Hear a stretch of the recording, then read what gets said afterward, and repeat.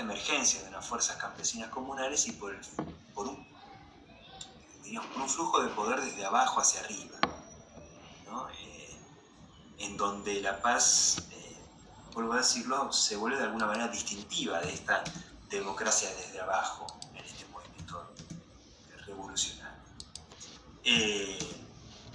En donde el cacicazgo entra en crisis, ¿no? El cacicazgo comenzaba a ser identificado, y esto ya también no solamente en el caso de La Paz, en el caso de Cusco se ponía en evidencia, en el caso de Chayante también.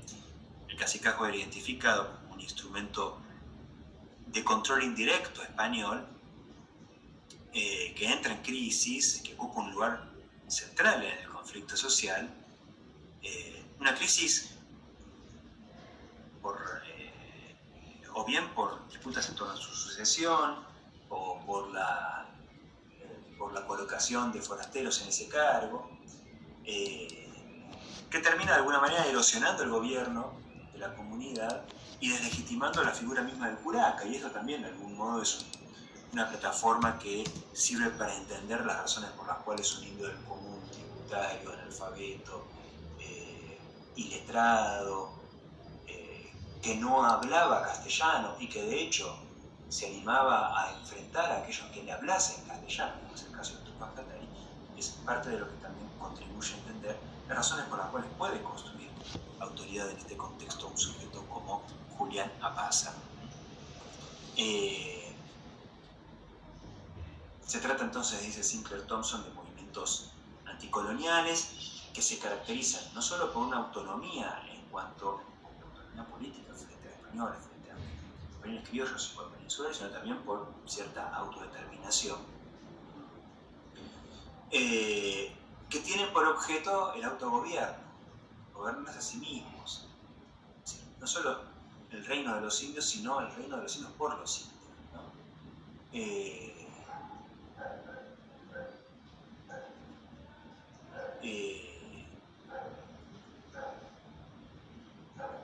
Se trata entonces de un movimiento comunario, vuelvo a decirlo particularmente en el caso de La Paz, que recupera Sinclair Thompson, entre otras cosas porque se desmonora el gobierno indio configurado por los españoles tras el cacicazgo, y esto da lugar al surgimiento de autoridades subalternas, ¿no? Asamblearias, que incluso en algunos casos absorben ese poder dispersado por la erosión de la nobleza indígena y de la figura del cacique o del curaca. Entonces se incrementa la participación directa de los miembros de la comunidad en esta democracia comunaria que recupera el texto de Sinclair Thompson, incluso con cargos rotativos, temporales, es decir, sistematizada, que procura lograr cierta representación igualitaria por parte de unidades locales del AELU, y que da lugar a un cuestionamiento a la autoridad representativa en distintos niveles, ¿no?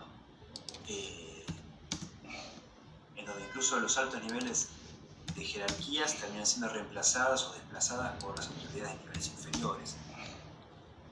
Y es un proceso, dice, que en suma termina devolviéndole cierto poder a las bases de la comunidad, ¿no? Democratizando su autogobierno, su autoridad política,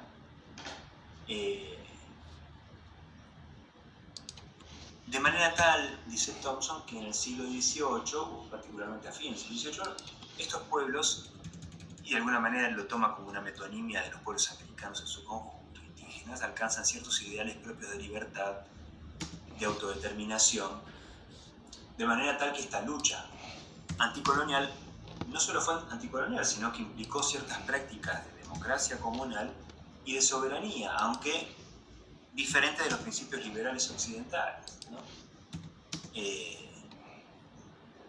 Eso sería un elemento que perviviría en la población aymara desde el siglo XXI, que es algo que también recupera Sergio Zerodnikov. Bueno, que de todo este catarismo también sigue presente en movimientos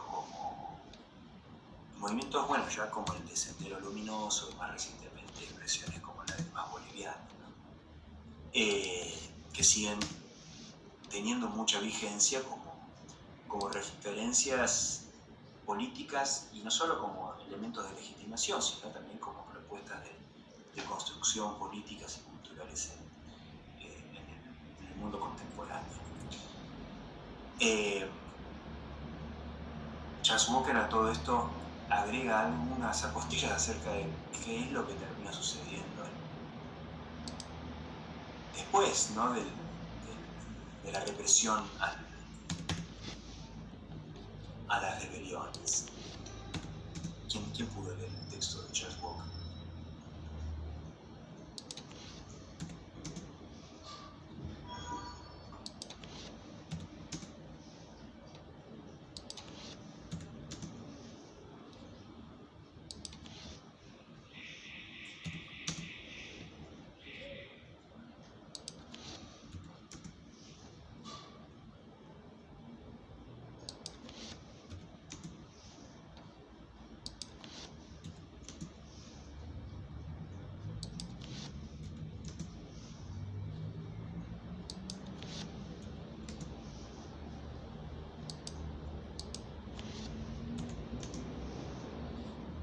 El texto de Charles Walker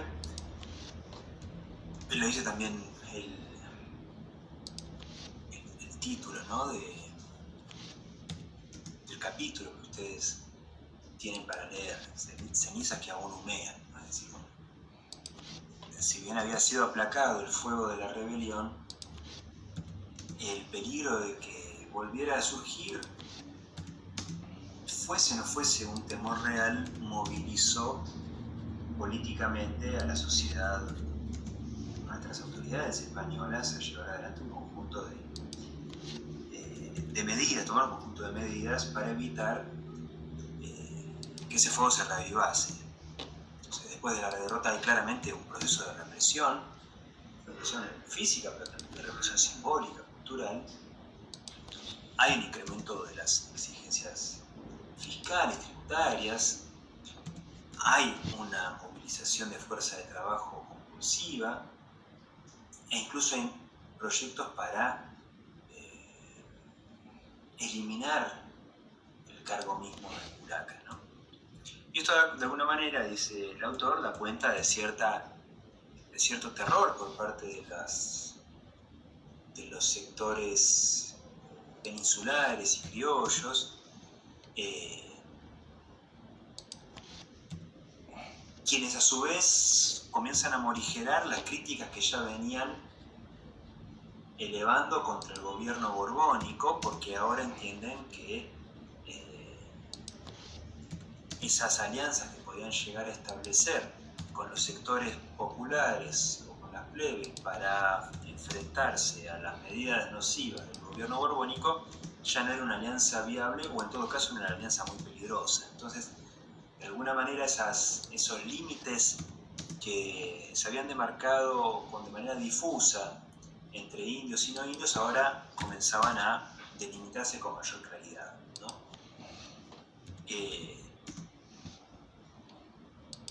Sin embargo, dice el autor, la derrota de estas rebeliones fue bastante más sencilla que la implementación de los cambios que habían sido planteados por parte del gobierno borbónico para el caso americano.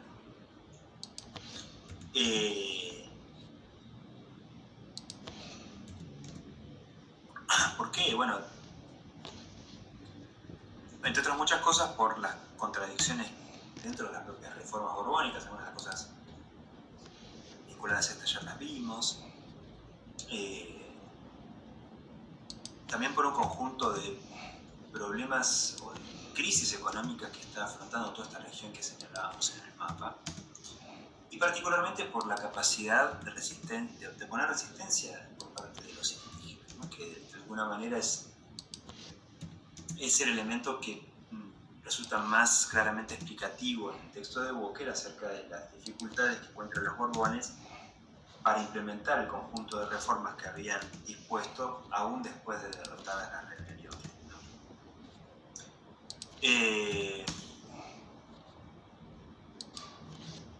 De hecho, el autor plantea, bueno, después de la implementación a comienzos de la década de 1780, particularmente en 1784, del sistema de intendencias, en la región que estábamos diciendo recién. Se recuerda que en 1782 se habían implementado la Real Ordenanza de Intendentes para el Río de la Plata, en el 84 en la región que había sido más directamente afectada por las rebeliones, se crearon 8 intendencias que se esperaba que a través de sus intendentes y de sus subdelegados tuviesen un mayor monitoreo y control desde Lima, más verticalmente, por un lado para evitar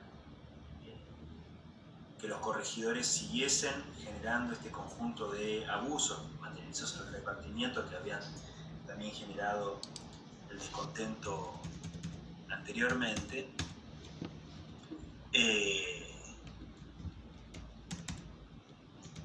Pero si bien tuvieron cierta capacidad para incrementar los ingresos a las arcas de la Real Caja, las reales cajas, no fueron tan exitosos en la capacidad de imponer autoridades en el gobierno que reformulasen estas relaciones políticas. No pudieron modernizar el sistema de gobierno. Es decir, el sistema de intendencias no logró revertir todo este sistema de dependencia que existía desde antes bajo la figura del corregidor. Bueno, entre otras muchas cosas, y esto ya lo vimos con otros textos, los subdelegados de alguna manera terminaban reproduciendo las redes de relaciones que ya existían entre corregidores, curacas, curas, doctrineros, y terminan reproduciendo un sistema bajo nuevas categorías administrativas, sencillamente.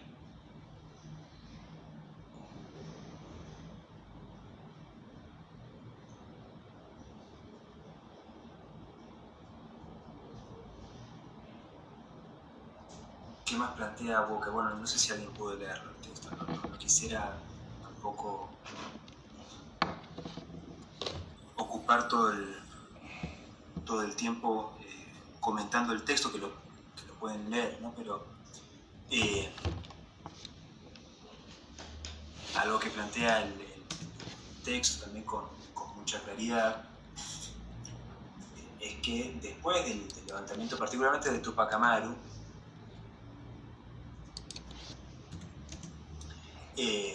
los indios tratan de usar estrategias para defender esa autonomía política que ya se había amenazada por la derrota de Tupac Amaru y por la represión sobre el movimiento, y tratan también de defender la autonomía de sus propios recursos materiales, ¿no? Los recursos del aire. Y esto le permite mostrar al autor, que hace un análisis de una cantidad muy importante de procesos judiciales, que hay un uso muy sistémico, ¿no? de los tribunales españoles, que de alguna manera le permite suponer al autor que los indios efectivamente apostaban a cierto funcionamiento eficaz del sistema judicial español para defender sus recursos, su autonomía política, pero también da cuenta de que era un elemento complementario a la amenaza persistente de otro levantamiento. Entonces, a través de los procesos judiciales, los indios tratan de reformular esas relaciones con las autoridades del gobierno colonial, ¿no? Y acá hay algo que es interesante porque se plantea que de alguna manera la apelación a los tribunales no pareciera haber sido Hello, Moto. El texto no cita necesariamente a Stern, pero acá se puede poner en diálogo esto, ¿no? Es decir, en el texto de Stern, si bien Stern abordaba a otros, en el libro, no en el último de los textos que ustedes leyeron, sino en el libro de Stern, allí se mostraba que de alguna manera la apelación a los tribunales era una forma de descomprimir y construir hegemonía y entonces de debilitar la capacidad de los indios para lanzar una ofensiva más abiertamente violenta y sistémica contra el orden español en su conjunto. Bueno, lo que viene a mostrar y a sugerir, ¿no?, el texto de Walker es que una cosa y la otra no son excluyentes, son en todo caso complementarias, ¿no? Claro, es obvio, dice Walker, en los tribunales los indios no cuestionan abiertamente, por ejemplo, la doctrina de la miserabilidad, ¿no?, que los concibe como en esta minoridad de sujetos que tienen que ser tutelados. No lo hacen por el sencillo hecho, dice, de que identificaban que ese no era el espacio para hacerlo. Allí sencillamente se circunscribían a las pautas, a los parámetros y a las normas de juego, a las reglas de juego propias del sistema legal, pero sabían que no era el litigio el espacio en el cual había que desafiar ese tipo de postulados.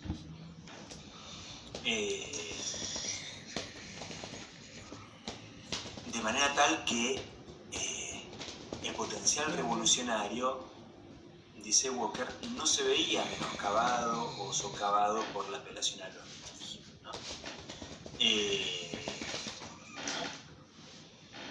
En todo caso, en el litigio se podía llegar a acceder a ciertos beneficios, a ciertas defensas que no afectaban al sistema en su conjunto, pero que permitían defender el avance sobre ciertos recursos. Sin embargo, no todos los litigios, esto también lo explica el autor, no todos los litigios eran favorables a los indios. Allí, cuando había una derrota en las demandas planteadas, bueno, la hostilidad hacia el gobierno se incrementaba nuevamente y había nuevamente una fuerte... Volvían a avivarse estas amenazas de un levantamiento abiertamente violento, ¿no? Entonces, lo que dice el autor es, bueno, el empleo de los tribunales no fue un obstáculo para que el proceso deviniese más radical. De hecho, dice, entre 1805 y las guerras de independencia, dice, bueno, el Cusco fue testimonio de muchísimas revueltas y de rebeliones. Y esto, de alguna manera, vendría a objetar esta hipótesis según la cual los procesos judiciales habrían, como decía hace un rato, impedido la transición hacia una práctica política más abiertamente revolucionaria, ¿no?, o hacia un levantamiento colectivo.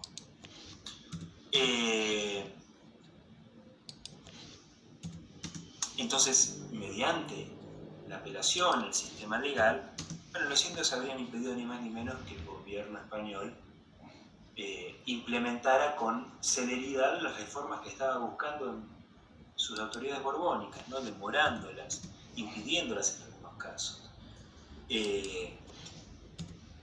Bueno, los ejemplos que muestra el texto son muchos, abordan una buena cantidad de pleitos que permiten refrendar hipótesis que más en términos generales señala el autor, ¿no?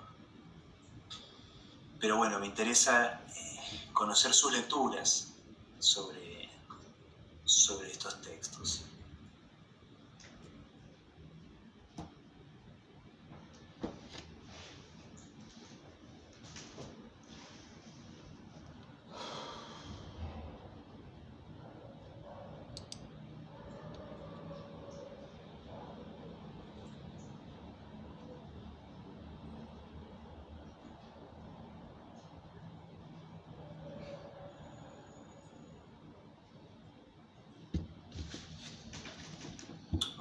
Ahí es, todavía está se comunicó. Daniel, no sé si quieres decir algo. Sí, Martín. A mí, yo tengo una duda con una apreciación que hizo Sergio Zerundikov con el tema de una especie de... le achacan una responsabilidad a los historiadores previos a los movimientos subversivos de Sendero, bueno, subversivos entre comillas, no sé, de Sendero Luminoso, y eso no me pareció muy... no estoy tan de acuerdo con eso. Mi papá, no sé, a mí me parece. Ahí, ¿qué es lo que él señala con lo cual vos no estás de acuerdo? En realidad ni siquiera es que... me parece que tampoco es una opinión de él, sino que de los historiadores posteriores al hecho de a los acontecimientos de Sendero Luminoso y de Movimiento Revolucionario Tupac Amaru, creo que se llama también. Como que las lecturas de la historiografía anterior fue la culpable de las interpretaciones que hicieron estos movimientos. Bueno, a ver, él ahí vamos a recuperar un poco esto.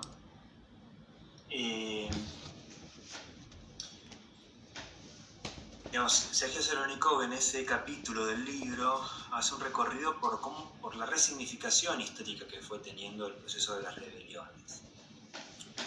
Plantea con mucha claridad que desde mediados del siglo XIX las rebeliones fueron un elemento más o menos espinoso y siempre cambiante en cuanto a su significado para la construcción de la identidad de los estados nacionales.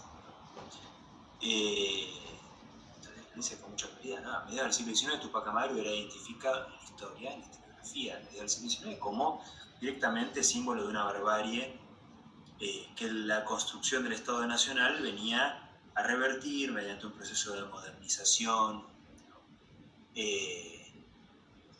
Es un proceso, dice, que recién a mediados del siglo XX comienza a modificarse. Bueno, entre otras muchas cosas por la aparición, por lo que se mencionabas, o lo mencionabas hace un rato, ustedes recordarán, o bueno, no sé si ya usaron América 3 o conocen un poco la historia boliviana, pero a mediados de la década del 20 aparece el Movimiento Nacional Revolucionario, el MNR. En el Perú está la presidencia de Velasco Alvarado, y ahí hay un reconocimiento de la población quichua, de la población aymara, como ciudadanos de pleno derecho. Entonces, Tupac Amaru deja de ser identificado como expresión de una barbarie anterior a la modernidad para ser identificado en realidad como la génesis y la referencia de una gesta patriótica, ¿no? Como la génesis nunca reconocida de ese proceso anticolonial, ¿no? Del cual termina constituyéndose como un prócer, entonces. Y ahí lo que comienza a ver a mediados del siglo XX es una historiografía que empieza a enlazar al movimiento de Tupac Amaru particularmente con cierta causa criolla, ¿no? Es por supuesto es decir, enlazando la noción anticolonial de Tupac Amaru con las reivindicaciones anticoloniales de los revolucionarios criollos de la primera década del siglo XIX.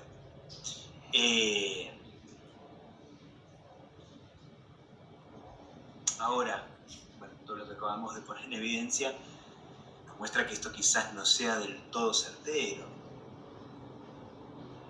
La distinción entre español y criollo para las masas campesinas era evidentemente irrelevante, ¿no? Y entonces el surgimiento de algunos movimientos revolucionarios, cataristas, como decíamos hace un rato, en torno a las décadas de 1970, 1980, van a recuperar algo que pareciera estar en el fondo y tiene que ver con este esencialismo milenarista, ¿no? Bueno, dicen, de alguna manera, Flores Galindo, Yeminsky, la rebelión de 1780 se puede explicar en función de cierta cosmovisión andina, ¿no? La concepción del tiempo, la concepción cíclica del tiempo, ¿no? el advenimiento de un cambio de eras, ¿no? El Pachacuti, que no solo traería fin al dominio español, sino que traería el retorno del Inca. Entonces esa historiografía trata de recuperar esa naturaleza milenarista, mesiánica, neoincaica del movimiento, y ya no, por supuesto, ya no esta presunción de barbarie, ni tampoco necesariamente el enlace entre el levantamiento tupamarista y el posterior conflicto revolucionario de independencia. Entonces se deslinda el alzamiento de las revoluciones independentistas, y ese mesianismo termina siendo, el mismo Cerónico, termina siendo enlazado a un ideal utópico, ¿no? Es decir, una proyección hacia el futuro, de un pasado que es idealizado. Y entonces hay una utopía que es propiamente andina, ¿no? Y el catarismo toma eso, es decir, es un socialismo que aun cuando está, digo, el catarismo de la década de los 70 y 80 del siglo XX, ¿no? Aun cuando abreva en concepciones marxistas, aun cuando abreva en la política fundamentada en ciertos revisionismos, con algunos nacionalismos populares, como es el caso del MNR, no solamente atienden a la dinámica de la lucha de clases, al nacionalismo popular, sino que también apelan a esa identidad cultural que es distintivamente andina y que encuentran en las expresiones de las rebeliones tupamaristas, bueno, una referencia muy clara, ¿no? Por eso traíamos a colación Sendero Luminoso en el caso de Perú, el movimiento de revolución de Tupac Amaru en medio de los 80, ¿no?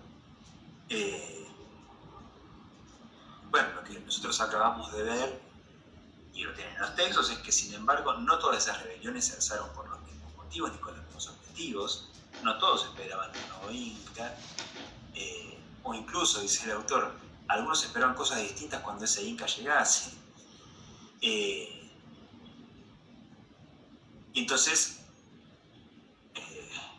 esta constante resignificación que la historiografía desde mediados del siglo XIX hasta entrada del siglo XXI hizo de las rebeliones, mueve a Sergio Zerónico a tratar de reconstruir el significado que tuvo esa experiencia en cada uno de los casos, ¿no? ¿Cuál es la dimensión política del fenómeno, tal como la concebían sus propios actores políticos, ¿no?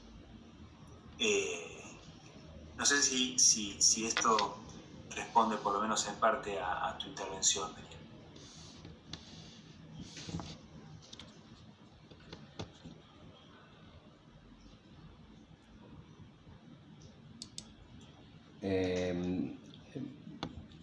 Sí, lo que pasa me parece que no, tal vez no quedó claro tampoco en el texto la parte de que hay como una especie de, como vos decís, una idealización de un pasado como un poco erróneo que tendió a aportar a los errores de la guerrilla. Eso es lo que a mí no me quedó claro. Es como decir, extrapolar que los montoneros son culpables de la historiografía que reivindicaba los logros de Perón, una cosa así. No, obviamente. Yo no sé si... Sí, pero yo no sé si el texto se está preguntando por la funcionalidad que tuvo la interpretación sobre la rebelión de 1780 para el éxito o el fracaso de esos movimientos que tomaron como referencia esa experiencia. Es decir, no creo que el texto de Sergio Zerónikov se esté preguntando por ese capítulo, no creo que se esté preguntando por el rol que jugó la interpretación o la resignificación de Tupac Amaru en el devenir del MNR, en el devenir del Sendero Luminoso, en el devenir del movimiento de Tupac Amaru. Me parece que lo que se está preguntando es, con independencia de para qué, cómo y cómo le fue a cada uno de esos movimientos, qué es lo que qué es lo que esas referencias implicaron para la significación y la comprensión de estos procesos históricos, ¿no? Me parece que su pregunta es esa. Bueno, su pregunta me parece que va en el sentido inverso. Bueno, ¿qué impacto tuvo para la comprensión del proceso histórico el uso que estos movimientos hicieron de esa experiencia? Es decir, bueno, ¿qué modificación, qué resignificación sobre el proceso de Tupac Amaru, de Tomás Katari, de Tupac Katari, qué implicancias tuvo para comprender ese proceso el uso que del mismo hicieron distintos movimientos políticos, con independencia de la utilidad que le haya provisto esos movimientos políticos, la referencia en esos anclajes históricos tan distantes, ¿no? Entonces me parece que el objetivo del capítulo de Sergio Selnikov es otro, ¿no? Es decir, no es evaluar cuál fue la utilidad que tuvo para el desenlace del Sendero Luminoso, por decir algo, su recuperación de la experiencia histórica de Tupac Amaru, sino antes bien qué implicancias tuvo para comprender Tupac Amaru el uso que Sendero Luminoso le dio en términos políticos, ¿no? Me parece que ese es el ejercicio que hace el autor en ese capítulo, ¿no? Porque no es algo que atraviese a la totalidad del texto. Lo recupera después al final del libro y es una discusión que es interesantísima. Pero me parece que no está preguntándose por la función que tiene el uso de la historia en las experiencias políticas, sino por el impacto que tiene el uso político de las experiencias históricas para comprender ese proceso histórico. Por eso un poco arrevesado tal como lo estoy diciendo, pero me parece que va por este lado, ¿no? Es decir, Sendero Luminoso, el MNR, Movimiento Tupac Amaru, han apelado a procesos históricos muy distantes, como las rebeliones de 1780, y en esa apelación, como referencia de legitimidad, como búsqueda de una utopía andina, como búsqueda de nuevas formas de un socialismo posible, en esa recuperación de ese proceso histórico le han conferido un significado y una interpretación determinada al proceso histórico. Lo que se pregunta Selnikov es, bueno, ¿qué de todo ese significado sobre ese proceso histórico nos está permitiendo u obstaculizando su comprensión, la comprensión del proceso histórico? No se está preguntando por la función que tuvo para los movimientos políticos que los recuperaron, ¿no? Sino se está preguntando por los significados de ese proceso histórico y las alteraciones que experimentaron a partir de su recuperación por parte de los movimientos políticos. No sé si pueden tener otra lectura, por supuesto, del texto y sería válida, pero me parece que ese es el propósito del capítulo del autor, ¿no?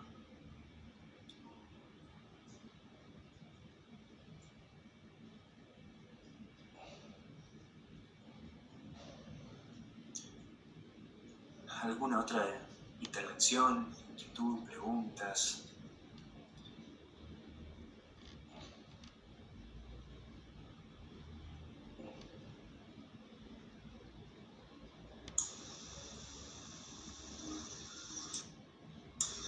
Profe, yo tengo una pregunta para hablar de los textos, es por el final.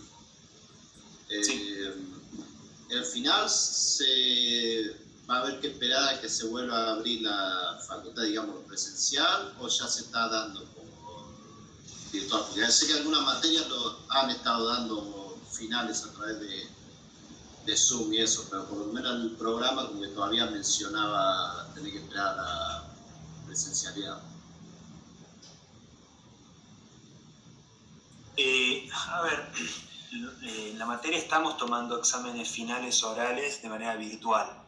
Lo que yo no estoy del todo seguro es si quienes han cursado en esta camada pueden anotarse directamente en la próxima instancia de finales o si deben aguardar más de una llamada. Eso de todas maneras tienen que gestionarlo en el sistema, ¿no? Ustedes saben que para inscribirse al examen final oral tienen que inscribirse a través del sistema formalmente, digamos, ¿no? Y entonces desde allí nosotros como docentes recuperamos a los estudiantes inscriptos y y allí, bueno, se conforma una nómina de gente a evaluar.